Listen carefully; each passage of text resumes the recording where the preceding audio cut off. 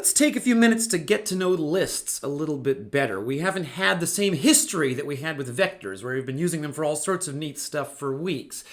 So I want to go over some examples of various operations we perform on lists. We'll notice that, of course, some of these are things vectors can do as well. So what I've done is I've created a list here. Its name is fruit. It is a list of strings. And then I add elements using a combination of push back and push front. What I'm going to do, because these elements are big enough that I don't want to write them all down on the screen, is we'll just try running the unmodified template. And it's going to throw an exception near the end because of a task we haven't done yet, but we can at least see the output of printing out this bit part 1. And we can see, of course, there I inserted raspberry, then cranberry, then I inserted at the beginning pineapple, then before that the word strawberry, and then I inserted the word pineapple at the end. And sure enough, that's the list that I end up with. Notice that the word pineapple appears twice, which of course is fine, because when I work with these collections that represent sequences, I'm allowed to have the same element appear over and over at different positions in the sequence. We'll notice, though, that when we work with sets, for example, duplicates are not permitted. So the first task here is I want to print out the very first and last element of the list, and then I want to remove them. I want to delete them. We saw in the previous video we can use these .insert and .erase functions. They work on lists and vectors and a few other collections as well. But I want to show off a couple of shortcuts. One thing that's a bit difficult at first working with lists is that you can't fall back on indexing. You can't use .at. And so it's worthwhile to have a few different options for how you get elements of the list. So I'll print out the first element. But it's worth considering that even though I'm going to use a nice helper, like a shortcut for this, you can always do things just by, you can insert elements with .insert, you can delete them with .erase, and you can retrieve them using iterators. All of that is always an option to fall back on. So if you don't want to remember all the different shortcuts, you could always just remember those things. So one shortcut would be the .front function, and this applies to vectors as well as lists. The .front function returns to you the first element of the collection. So in this case, the first element of the list, and we'll print that out, and then I'm just going to copy and paste that to show off that there is, in fact, an equivalent thing to retrieve the last element, .back. So we've seen already in C++, apparently front and back are used for that's the accepted term for beginning and end, or start and end. So the last element is there. Also, of course, beware, because recall that .begin is not the first element of the sequence. .begin returns an iterator, whereas .front actually returns the first element of the sequence itself. And then it says to delete those elements from the list. And of course I could use .erase for this, but the list actually provides nice convenient functions to remove the first or last elements. In a sense, we can think of them as sort of the inverse of the push functions. Push front, push back, those insert elements. For a variety of reasons, some of you might already be aware of this, the word push, to insert something into a sequence, sort of has an inverse in the word pop. And that's because of a data structure called a stack, where adding something to a stack is pushing an element onto the top of the stack. Removing something is popping the element off of the stack. And therefore, as a result, the functions to delete things from the beginning or end of sequences in C++ are named pop. So pop front deletes the first element, pop back deletes the last one. And so the list should be 2 elements smaller once I'm done. I'm recalling, I'll make a historical note here, which is long, long ago when I started teaching C++ in my 20s. I used to make some kind of a joke about this. And I just can't do it now. It's just too real. So we'll just run it and see what happens. There we go. So here's my original list in part 1. I then print out the first element. Sure enough, I print out the last element. Okay. And then I delete those first and last elements, and I end up with this list here, which of course is just the middle 3 things from my original list. Okay, so the next task. The next task is to insert the value pair to be the 3rd element of the list. So it should come between, in my revised list here, it should show up in the gap between raspberry and cranberry. Now there are these 2 convenience functions, push front and push back, to add at the beginning and end, but if I want to add at arbitrary locations, I have to use .insert. And recall from the previous video that .insert requires the use of an iterator. That's true for lists and for vectors. So I'll create an iterator, and I'll position that. I'll start with fruit.begin.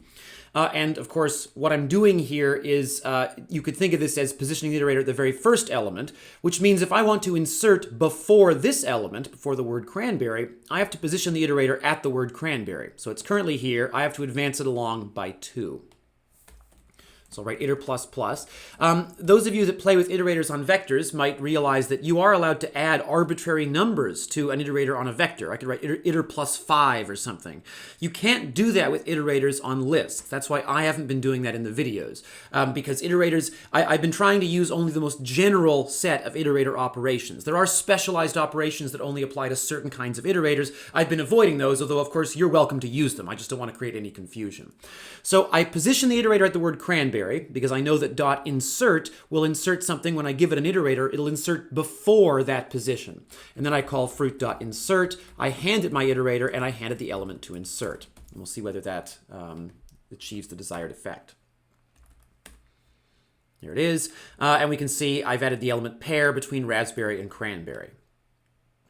All right, we'll keep going. And now this next task requires implementing a function defined at the top of the file, which is a way of, I guess, mimicking or emulating the behavior of .at, because we'll observe that if I attempt to use .at, so if I try and print the element at index 2 using .at, we're in for a bad time. So I try and print fruit.at2. Fruit, the list, this variable fruit that is std list of string, is a sequence. So you could argue it has indices, but you'll notice that the type std list doesn't let you use .at. It just says, sorry, there's nothing here. You can't use this.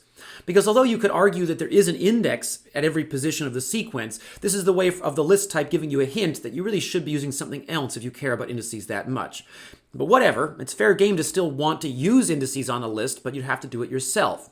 So I've created this function called element at index, where I handed a list and I handed an index, and it returns a reference to that element. And the reason I say returns a reference is because I want to do things like line 77 here, where I assign a value to an element using its index, similar to the syntax I use for .at. We know that .at is able to achieve this odd incantation because it returns a reference to the element. So when I set it with an assignment statement, I'm setting an actual element. I want to write a function that gives me the same style of behavior. So the next part is just going to be me writing that function. So I scroll up here. Here's the function. Notice that it does return a reference to a string, the list being a list of strings. It takes the list as a reference as well. And recall from an earlier video that when we want to assign to a function call, as I was doing below, if we want to return something by reference from a function, we need to make sure that we're using references all the way through. We've got an ampersand everywhere. Because if we miss one ampersand, we end up returning a reference to some local variable, which doesn't make any sense. So what I'm going to do here is I'm going to take this list I was given. I'm going to find the element with the provided index. Notice that I've used an unsigned integer type for that, sort of congruent with .at. And then I'm going to return a reference to that element. There are a couple of ways of doing this. What I've found in the past giving exam questions involving things like lists is that for some reason, a lot of people look at the exam question and sort of catastrophize it. They sort of overthink it, and they assume, hey, this is the part of the course where we talked about iterators. Oh, it's a question involving lists. I guess I better use an iterator. Well, you can. There is a way of solving this question with iterators, and you're welcome to do it. In general, if the code works, you get the marks. I guess it's possible a question might say you must use iterators, but if you know me, you know that in my course I generally hate questions like that. Usually it's just make this work somehow. Only very rarely does the question tell you how to do something or whether you can or can't use a particular method. Now that said, at the end of this course, there will be a few exam questions for a good reason that do actually require you to omit certain methods, not to use certain things. But for now, an exam question saying implement this, unless it says you have to use iterators, you don't have to use iterators. There are certain applications where iterators are the only way of solving them, but that's not true in general. And it turns out here, I think there's a very elegant solution that doesn't involve iterators. I hope one thing you've learned about iterators so far, besides that they do have their uses, is that they're pretty ugly, and that it's pretty easy to write, error-prone code with them. They're sort of complicated and clunky, and therefore we should do everything we can to not use them if possible. And there was a time, once upon a time, so around C++ 03, so the 2003 revision of the language, you had to use iterators for a lot of stuff. If you want to iterate over a list to print it out, there was no such thing as a for each loop. You have to use an iterator, which was a mess for a lot of reasons. One of which was, of course, that we'd have to teach iterators in like the second week of class. Whereas now there are all these extra features of the language that allow you to avoid iterators in common use cases. And I think this function is one of those.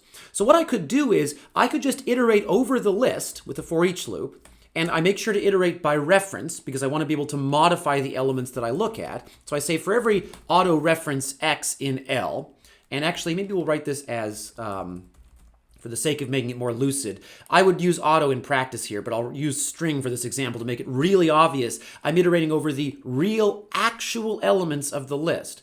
What I'll do is I'll just iterate over the list and I'll just count off elements as I see them. So I'll write something like, I'll keep track of what index I'm currently on. So unsigned int current index, and then I started at 0. And what I'll do is at each step, I'll just increase the current index that I'm standing on. And if I ever reach a point where the current index matches the index that you gave me, then I guess I found the element you were looking for. So I just keep counting off elements, and when I reach the index you asked me to provide, then I just return that.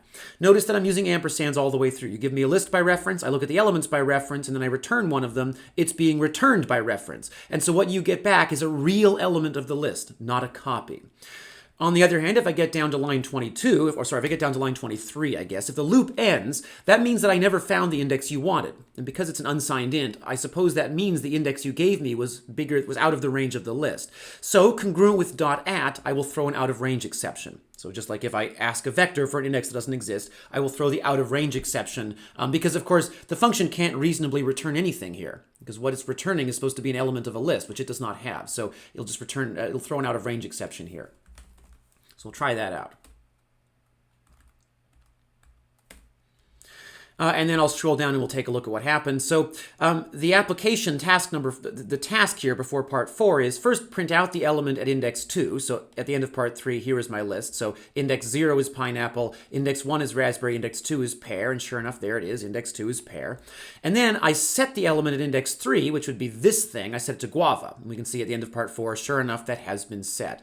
There is a way of solving this last bit, this function, writing this using iterators, and maybe it's not that much more complicated. I like to make the argument that this loop here does close off a few avenues for error that iterators would have, and therefore I like using the loop instead. I like using for each loops as a convenience for that reason. But in general, I would argue that in this course especially, when you're given an exam question involving a data structure, maybe it can be solved with iterators, but see if you can think of a way of solving it using more basic techniques, because again, iterators are pretty error prone, especially on an exam. Now that said, I suppose the next question is, okay, Bill, when are iterators actually important? Like, what do we really need them for at this point in 2022 when C++ has developed so much since iterators were invented in the 1980s. In the next video, I'll show off a situation where we sort of have to use iterators because we can't boil the problem down to writing a single for each loop over the list.